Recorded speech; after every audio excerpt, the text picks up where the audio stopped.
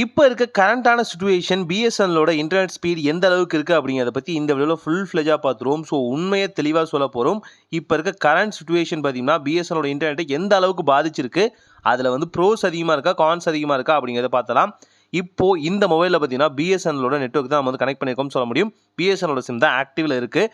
ஒரே சிம் தான், அது பிஎஸ்என்எல் சிம் தான். இப்போ இதோட இன்டர்நெட் ஸ்பீட் எந்த அளவுக்கு இருக்குது அப்படிங்கிறத பார்க்கலாம். இப்போ நமக்கு ஷோ ஆகிறது எல்லாமே H+ன்னு சொல்ல முடியும். இந்த H+ அப்படிங்கிறது வேறு எதுவுமே இல்லைங்க. 3G தான் H+ன்னு சொல்கிறாங்க. 4Gயும் வந்துட்டு போகுதுன்னு சொல்லலாம். இப்போ வந்து ஸ்பீட் டெஸ்ட் வந்து நம்ம ஃபைண்ட் அவுட் பண்ணுறதுக்காக ஊக்லாவோட வெப்சைட் இருக்குது பார்த்தீங்களா, அந்த வெப்சைட் இங்கே வந்து கரெக்டாக வந்து நம்ம லாகின் பண்ணியிருக்கோம். ஆனாலும் இந்த வெப்சைட்டை பார்த்தீங்கன்னா லோட் பண்ணுறது கூட பார்த்தீங்கன்னா இன்டர்நெட்டோட ஸ்பீட் இல்லைன்னு சொல்லலாம். ஏர் ஃப்ளைட் மோட எனேபிள் பண்ணி திரும்பவும் டிசேபிள் பண்ணும்போது 4G கனெக்ட் ஆகுது. இங்கே டவர் அவைலபிலிட்டி இருக்குது. ஆனாலும் ஏதோ ஒரு காரணத்துக்காக பார்த்தீங்கன்னா இந்த 4Gலேருந்து டக்குன்னு பார்த்தீங்கன்னா 3Gக்கு நம்ம கன்வெர்ட் ஆகுதுன்னு சொல்ல முடியும். ஸ்பீட் டெஸ்ட் பண்ணுற இந்த வெப்சைட் ஓப்பன் ஆகலை. ஃபாஸ்ட் அப்படிங்கிற இந்த இன்டர்நெட் பேஸான வெப்சைட் வந்து நம்ம செக் பண்ணி பார்க்குறோம். இங்கே பர் செகண்டுக்கு 5.8 MB பார்த்தீங்கன்னா நமக்கு கிடைக்குதுன்னு சொல்லலாம். H+ல இதுதான் கிடைக்குது. ஸோ ஓரளவுக்கு பார்த்தீங்கன்னா ஓவரால் ஓகேவான்னு கேட்டிங்கன்னா பத்தாது. இதெல்லாம் சத்தியமாக பத்தாது. ஆனாலும் இந்த இன்டர்நெட் தான் ஸ்டாண்டர்டாக இப்போ கிடைக்குது H+ல, அதாவது 3Gயில் நான் சொல்கிறேன். ஆனால் இங்கே 4Gன்னு வரும்போது நமக்கு இதை விட நல்லாவே கிடைக்கும். இது இந்த அளவுக்கு மோசமாக இருக்கிறதுக்கு என்னோட என்விரான்மெண்ட்டுமே காரணம் சொல்லலாம். ஏன்னு பார்த்தீங்கன்னா நம்ம ஸ்டுடியோக்குள்ளே இருக்கும். இந்த ஸ்டுடியோக்குள்ளே பார்த்தீங்கன்னா ஓரளவுக்கு எந்த வகையான சிக்னல்ஸும் வராத மாதிரி தான் வந்து ரெஸ்ட்ரிக்ட் பண்ணி வச்சுருப்பேன். இது சில ரேடியேஷன்ஸை வந்து கண்ட்ரோல் பண்ணுறதுக்காக.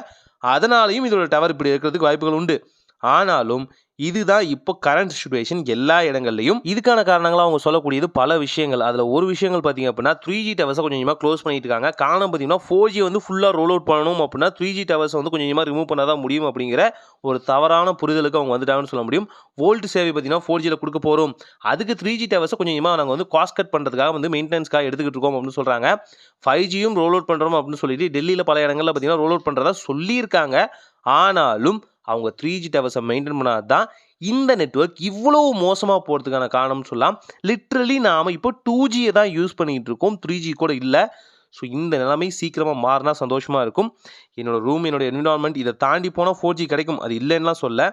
ஆனாலும் இது பத்தாது, கண்டிப்பாக பத்தாது. இப்போ இருக்க நெட்வொர்க் சிச்சுவேஷனில் அட்லீஸ்ட் அன்லிமிட்டட் டேட்டா அப்படிங்கிற ஒரு ஃபீச்சராக கொண்டு வாங்க. அப்போ தான் பார்த்தீங்கன்னா ஓரளவுக்காவது யூசர்ஸ் உங்கள் பக்கம் திரும்பறதுக்கு அதிகமான வாய்ப்புகள் உண்டு. ஆல்சோ நீங்கள் வந்து உங்கள் பிளானோட வேலிடிட்டி டேஸை வந்து குறைச்சிக்கிட்டே இருக்கீங்க. அந்த பிளானோட ப்ரைஸ் இன்க்ரீஸ் பண்ணாமல் வேலிடிட்டி டேஸை குறைச்சிக்கிட்டே இருக்கிறதுனாலையும் சில இடங்கள், அதாவது தமிழ்நாட்டுக்கு ஒரு ப்ரைஸு, கேரளாவுக்கு ஒரு ப்ரைஸு, ஆந்திராவுக்கு ஒரு ப்ரைஸு, தெலுங்கானாவுக்கு ஒரு ப்ரைஸு, இது போல் தனித்தனியான ப்ரைஸஸையும் பார்த்தீங்கன்னா நீங்கள் வைக்கிறதுனால பல யூசர்ஸ் குழம்புறாங்கன்னு சொல்ல முடியும்.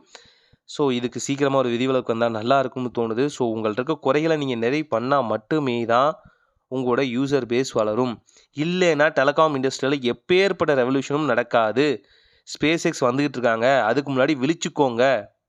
ஒரு நல்ல மாற்றம் இனிதாய் நடக்கட்டும்.